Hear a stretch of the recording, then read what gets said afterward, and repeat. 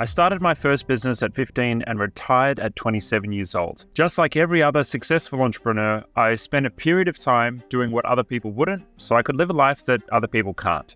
We could call this my entrepreneurial grind era, and most entrepreneurs have some kind of version of this story. And within those years, I made sacrifices on my mind, my health, and especially my body in order to achieve those goals. But with the gift of hindsight, well, there's probably some changes that I'd make along the way, although I'd probably still be chasing the same goals had I had my time over. So I read a great quote from Alex Hormozi, which said that people grind and work their way to success. And when people ask them how they became successful, they tell them all the weird rituals that they do right now. But that's not actually how they got there. It's just what they're doing now they're retired. Since reading that quote, I've been using it as a guiding principle to share as much as possible about the reality required of building a successful business and successful life without all the weird stuff that I get to do now just because I've got plenty of free time. So let's jump in. Entrepreneurship is an all-consuming endeavor, and the only way to reach a business success is to leverage resources.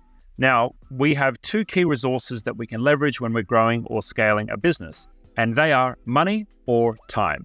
Now, most entrepreneurs, particularly if you're young, when you're starting out, don't have crazy amounts of money to pour into a new venture. And my experience says that that's probably not the best way to get started either way. If you can prove a product's viability by getting sales in the door, as much as possible, starting a business with little to no capital investment is the best way to go. It's not only going to help you to build a profitable business from the start, but it's going to teach you to be savvy with your spending. And keeping tabs on your expenses is very important as you go through the growing pains of building a large business. So what are we left with? Well, leveraging our time. And for many entrepreneurs, that's all they've got. If you're working a 9 to 5, it means you're working on the evenings, working on your weekends, maybe even using some of your work time for your side project. And this creates a big problem because we only have so much time available. What with balancing our family, our social commitments, and anything else that we need to do like our day job, well, we can very quickly feel like we're running out of time. If we want to put all of our energy into a new startup that needing the constant watering and attention of growing up and turning into something from nothing, well, you can quickly find yourself running out of your precious resource. Most entrepreneurs then start to make sacrifices, whether it's health, whether it's lifestyle or social interactions. Something starts to change in their life when all of their energy goes to their work and their business, and that can have long-lasting effects. So let's take a little journey back in time. We're going to look at my old routine and how I managed scaling my successful business and how I would have tweaked that had I had another go now. And if you're worried this is going to be another productivity video about categorizing tasks in A's and B's and C's, don't worry about that. We're going to get into the reality of growing a business from someone who went literally from zero in my parents' basement to a multiple 8-figure business. We start with accepting the brutal facts, and that is that we don't have unlimited time. If you were to put 5 different areas of your life up on your hand, be it family, your work commitments, getting enough sleep, looking after your body, and travel and adventure, social time, well, you can probably only pick 3 of those to actually be effective at because you're just not going to have time to do everything. Now, once we've accepted that we don't have time for everything, I think you need to ask yourself, am I ready for this commitment? We've all heard of the entrepreneurs who wax lyrical about the times that they pulled all-nighters trying to get their project launched, or they shut out all their friends and social time to work away in their dorm room. But are you actually ready for that commitment?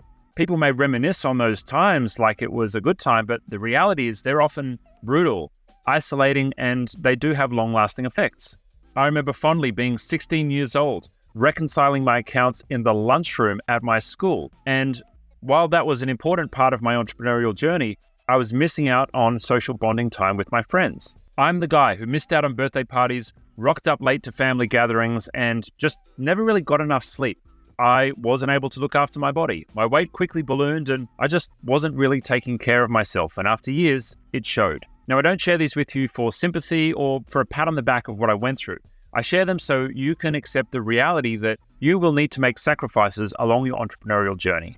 So let's come back to our 5, and I want to help you share which ones you should be choosing. If you're watching this video, I'm going to assume that number 1 is career or your entrepreneurial journey. You've made this choice that you want to make this the heart and center of your life, or at least you want to make this important enough that you make your business a success. I know what's on the greener pasture side of this equation. A life where you have the freedom to do what you like, when you like, with who you like, on your terms, is a pretty awesome place to be. And so if you choose to make this your priority, well, let's look at what else we can do to complement our entrepreneurial journey so we don't burn out or fall off the wagon.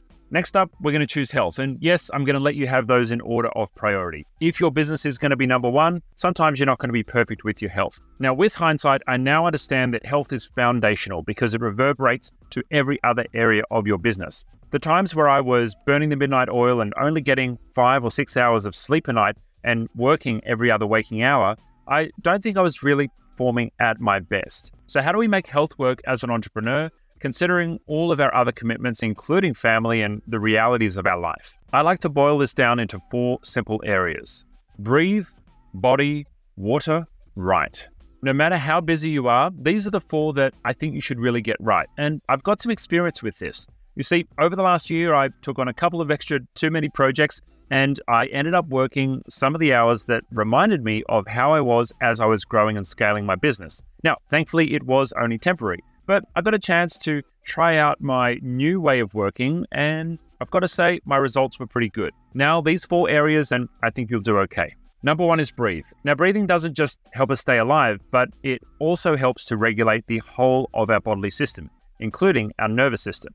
And learning some basic breathwork practices means that we're more likely to be able to tackle the challenges that we have over the course of the day. Number 2 is body, and I know you may not nail this. If we're running a startup and we're working 10, 12, 14-hour days, you're probably not going to be getting to the gym every day and getting in your 30 minutes of walking. But what you can do is duck out for a phone call while you're going for a stroll, or run a meeting from somewhere outside. Changing up your environment, or at least getting your body moving during the day, can have massive, massive impact for you and how you work.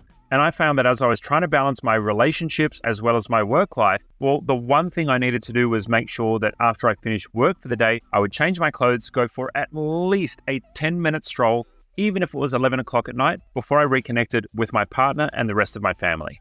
Alison Armstrong calls this transition time, and I personally find this absolutely critical for me to let the thoughts of the day rest and percolate before I go and dump them onto my partner. Number 3 is water, and I don't think I need to explain too much that if you're hydrated, your brain works better and the rest of your body does too. It also keeps the cravings away, which if you're a snacker, it means you probably help with that. I drink alkaline water and add a small amount of Himalayan salt to keep it interesting and keep my electrolytes going during the day. Number 4 is right, and this is important for a couple of reasons. I'm sure everyone's heard that you've got to have a daily journal and write your gratitude list in the morning, and those are important, but if you've only got a couple of moments a day, I recommend you at least have a dumping ground for your thoughts. Now, don't overthink this. It's totally fine to do it in bullet-based form, but I find that the way to take the emotional edge off things that are happening during the day so that one event doesn't linger into the rest of my day is to dump those thoughts into a mind dump. Now, I happen to use Notion, which is a notes app for my phone, but you can choose your flavor and use any app that you like. The most important thing here is that you are consistent, that when you have energy in your body, you need to get it out, you write it down and clear the energy out of the frontal lobe of your mind. Now, the next part of this is a little personal, but I chose to include it because if this resonates with you, I think it'll really help. I'm someone who's experienced anxiety through a lot of my life, in my entrepreneurial journey, but also reverberating through all areas of my life. And I found that there's a way to dramatically reduce the amount of anxiety that I feel as I'm going about my workday. Now, entrepreneurs have a special burden on our shoulders. We're responsible for payroll and literally for other people's livelihoods. And our job is to keep our organization alive, but also keep it thriving and expanding so that we can survive before it can generate those returns. And that can sometimes feel like an insurmountable task. Now, I don't know exactly how you experience the weight of that responsibility, but I know for myself, it's something that I live with every day, that if I fuck up here, I'm going to impact the lives of not just my staff, but their families as well. Now, a number of years ago, I learned an amazing hack, and it's so brilliantly simple, it made an absolute life-changing difference to the way I experience anxiety in the workplace. And I want to share that with you here, if this is helpful to you. Now, I'm sorry to let you down if you're expecting something special here, but it's not rocket science. I literally call it my anxiety list. And I open up my journal where I'm putting my general bullets and my thoughts and my brain dumps of the day, and I write down a simple bulleted list with the prompt, I'm anxious about. And then I just write bullet point after bullet point after bullet point. Now, when I get to the point of needing to journal about it, I tend to find that there's 6 or there's 8 things on my mind. But as I write them down, immediately each one of those kind of loses a little bit of its energy. And I find that I'm able to, after I've got my list complete and I've wrung the sponge of every little last bit in there, I've found all the things that are bumping around in the back of my mind, stopping me from doing the task at hand. And once I've completed that process, well, I can pretty easily get back to my work with a clear head and with less worry. So let's zoom out again here to the rule of 5. We've chosen 2, and I'm going to leave the third choice up to you. That's where you get to choose what to fill the rest of your limited time with as you're investing so much of your time into your startup and your new venture. Is family the most important to you? Okay, well, you may not be able to travel and you may not be able to spend as much time with your friends. Do you want to strap your backpack on and travel the world? Okay, well, it might mean that you're working 5 or even 6 of those days, and the final day is the one where you get to enjoy the city that you're in.